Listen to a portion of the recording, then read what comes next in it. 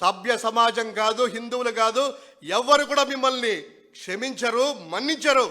YSR Congress party గట్టిగా demand చేస్తూ ఉంది.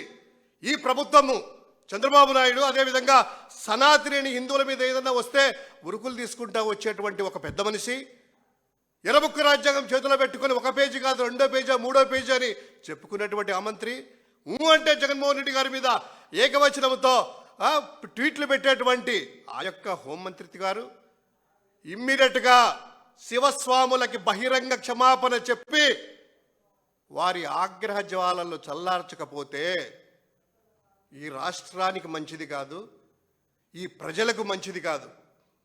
మీరు చేస్తున్నటువంటి రాజకీయం ఏదైనా ఉంటే వైఎస్ఆర్ కాంగ్రెస్ పార్టీ మీదనో జగన్మోహన్ రెడ్డి గారి మీదనో చేసుకోండి. ఈ ఎల్లో పత్రికలు ఇంత పెద్ద ఐటమ్ జరుగుతూ ఉంటే ఎల్లో పత్రికలు ఎక్కడ కూడా రాయవు.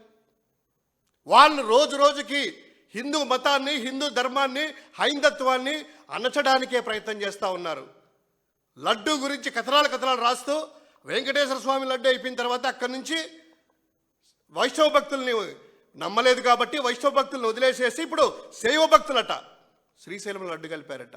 ఆ శైవ భక్తులు నమ్మలేదు కాబట్టి మళ్ళీ ఇప్పుడు ద్వారకా తిరుమలలో అలాంటివి జరిగాయట.